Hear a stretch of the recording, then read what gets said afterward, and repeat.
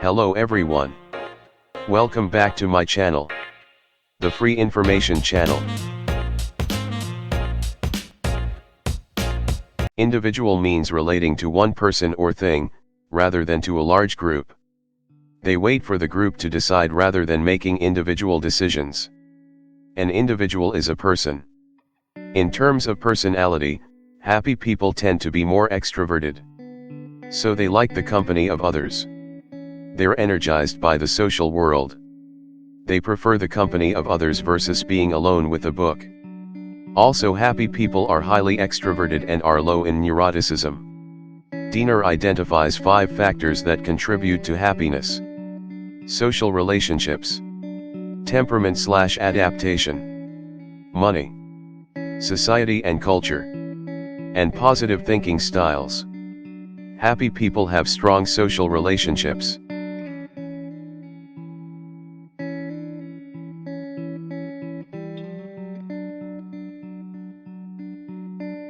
Don't you know that a happy person can have a panic attack even when happy?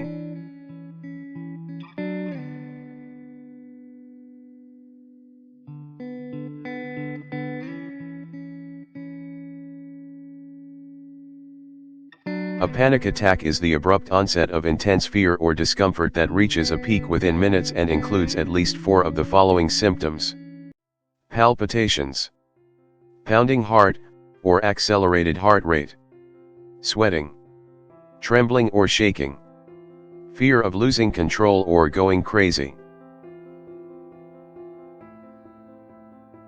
Causes of panic attacks and panic disorder: severe stress, such as the death of a loved one, divorce, or job loss, can also trigger panic attacks. Panic attacks can also be caused by medical conditions and other physical causes.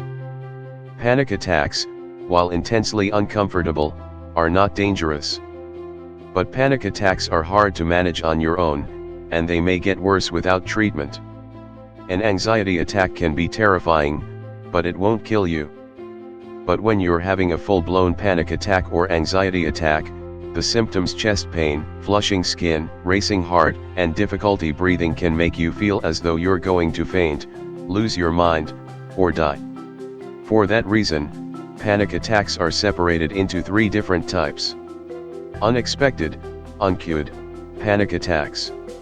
An unexpected panic attack seemingly occurs out of thin air, as there is truly no other internal or external cause for its rapid development.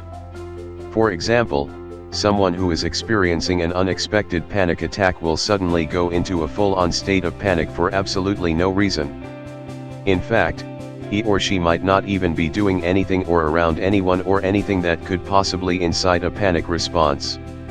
These panic attacks can easily cause someone to feel hot, experience a rapid heart rate, and even feel the physical need to remove themselves from an area. Unexpected panic attacks are never able to be predicted and can happen at any time and in any environment.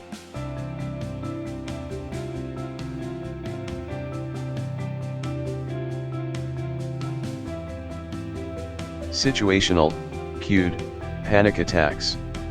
Situational panic attacks are typically much more predictable than unexpected panic attacks, as they tend to occur when someone is exposed to something that knowingly incites panic in them. This type of panic attack is common in those who struggle with social phobia, which is a specific kind of anxiety disorder. So, when someone has social phobia and is knowingly going into a public setting such as a work meeting, family gathering, or even a birthday party, he or she can have a panic attack. And, being aware that having a panic attack is a possibility can make the odds of actually experiencing one much more likely, as the anxiety surrounding knowing what could happen can be extremely overwhelming.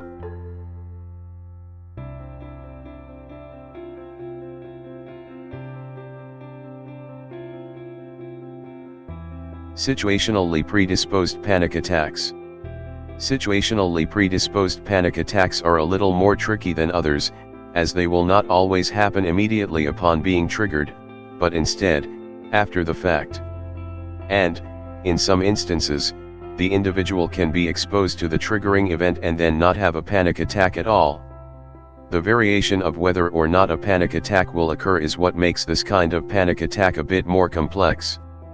An example of a situationally predisposed panic attack is when flying is a triggering event, but the individual does not panic while on the plane, but rather after he or she has landed and/or gotten off the plane.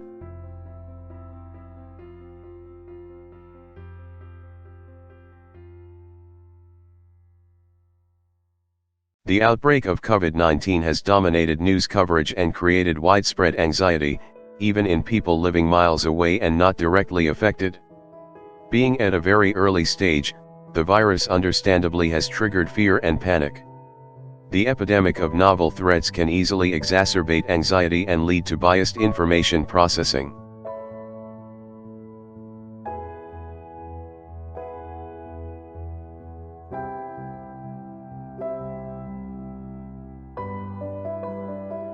Panic buying occurs when consumers buy unusually large amounts of a product in anticipation of, or after, a disaster or perceived disaster, or in anticipation of a large price increase or shortage.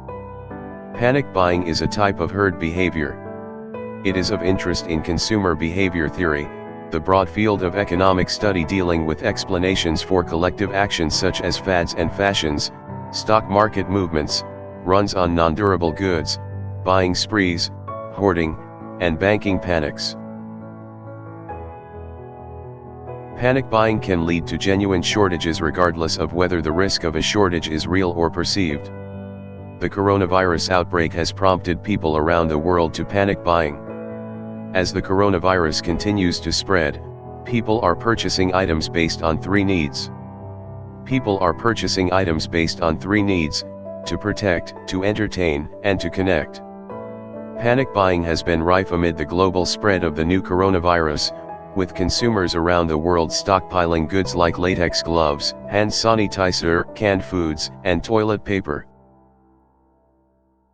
Empty shelves are the most common situation of grocery markets all around the world. The need of people to buy can't be stopped. The fear of having not enough supplies drives the mind to buy more than the need, and this result into hoarding of stocks. Many of people around the world are running into supermarkets to buy their necessity needs. Some goes home with enough and some don't have any. The coronavirus outbreak has prompted people around the world to panic buy toilet paper. Here's why. While sales of hand soaps and sanitizers have soared in markets around the world since the outbreak began, consumers have also been stocking up on a somewhat surprising item: toilet paper. According to Demetrius Tsivrikos, lecturer in consumer and business psychology at University College London, toilet paper has become an icon of mass panic. In time of uncertainty, people enter a panic zone that makes them irrational and completely neurotic.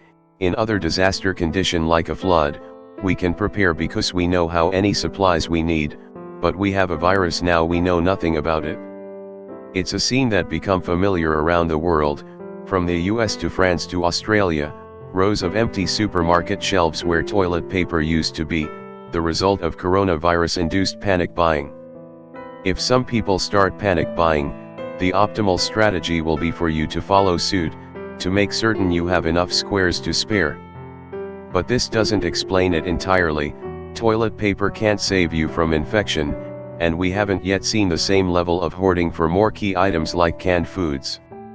People feel the need to do something to keep themselves and their family safe, because what else can they do apart from wash their hands and self-isolate? Another is when people feel threatened with infection. And so I think this is one reason they latched onto the toilet paper, because it's a means of avoiding disgust.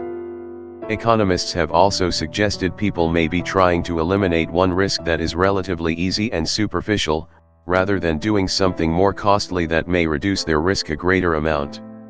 So instead of buying expensive, we go buy something that is cheap. Many of the behaviors we see now also occurred in previous pandemics, including the Spanish flu in 1918, which killed almost 700,000 people, and sent panicked citizens to stores and pharmacies to hoard goods.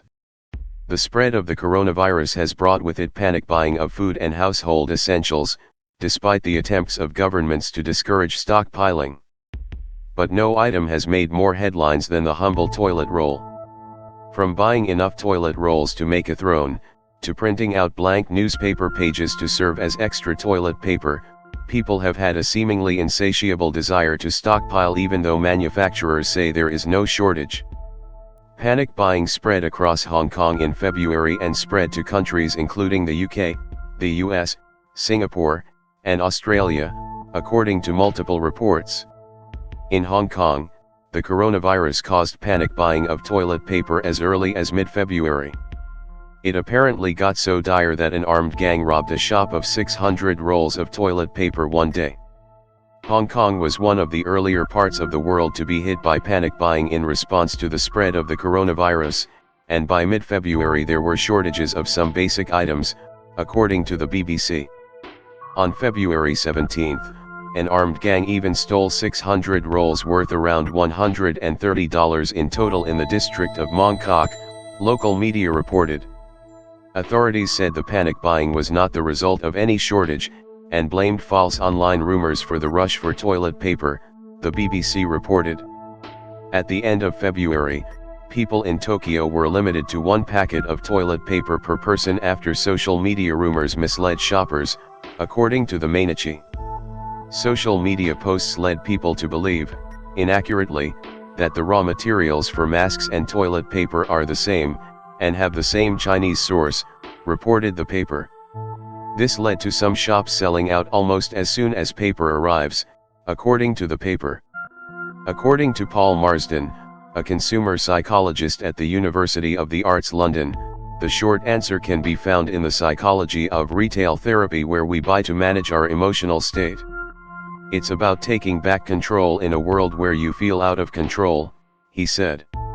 More generally, panic buying can be understood as playing to our 3 fundamental psychology needs: autonomy, or a need for control; relatedness, which Marsden defined as we shopping rather than me shopping; competence, which is achieved when making a purchase gives people a sense that they are smart shoppers. Sander van der Linden, an assistant professor of social psychology at Cambridge University, said there were both generalized and coronavirus-specific factors at play. In the US, people are receiving conflicting messages from the CDC and the Trump administration, he said. When one organization is saying it's urgent and another says it's under control, it makes people worry. More generally, a fear contagion phenomenon was taking hold. When people are stressed, their reason is hampered, so they look at what other people are doing. If others are stockpiling, it leads you to engage in the same behavior. People see photos of empty shelves, and regardless of whether it's rational, it sends a signal to them that it's the thing to do. Sometimes there can be a lot of value in social knowledge. From an evolutionary perspective, when we don't know how to react to something, we look to others for guidance. If you're in the jungle and someone jumps away from a snake, you automatically do the same thing. But sometimes that gets hijacked and you're told to do something that's not the right thing to do. Excessive worry and anxiety impair our judgment. Therefore, catching our distorted thinking is an important strategy for reducing anxiety. Experts suggest that truth and transparency are crucial. A timely and honest explanation of risk from a credible source is essential for containing fear during an epidemic. Experts also agree that giving people what they need to know to protect them can help reduce panic and overreaction.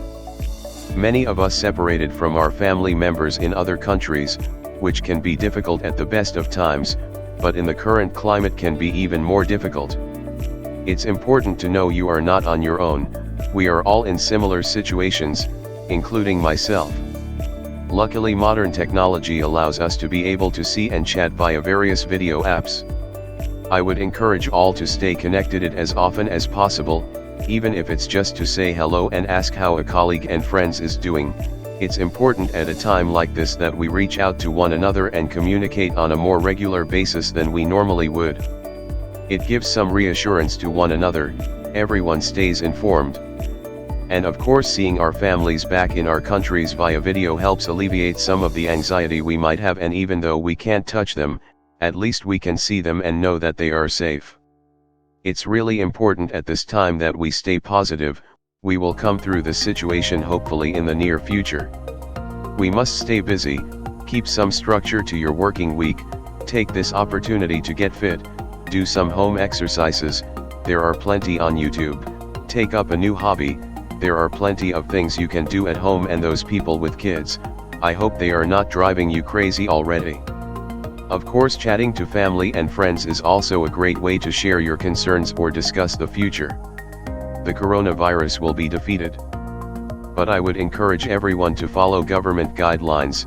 They are there to help protect us from the virus and also to help our region pull out of this situation as quickly as possible. Please stay safe and healthy. Take care.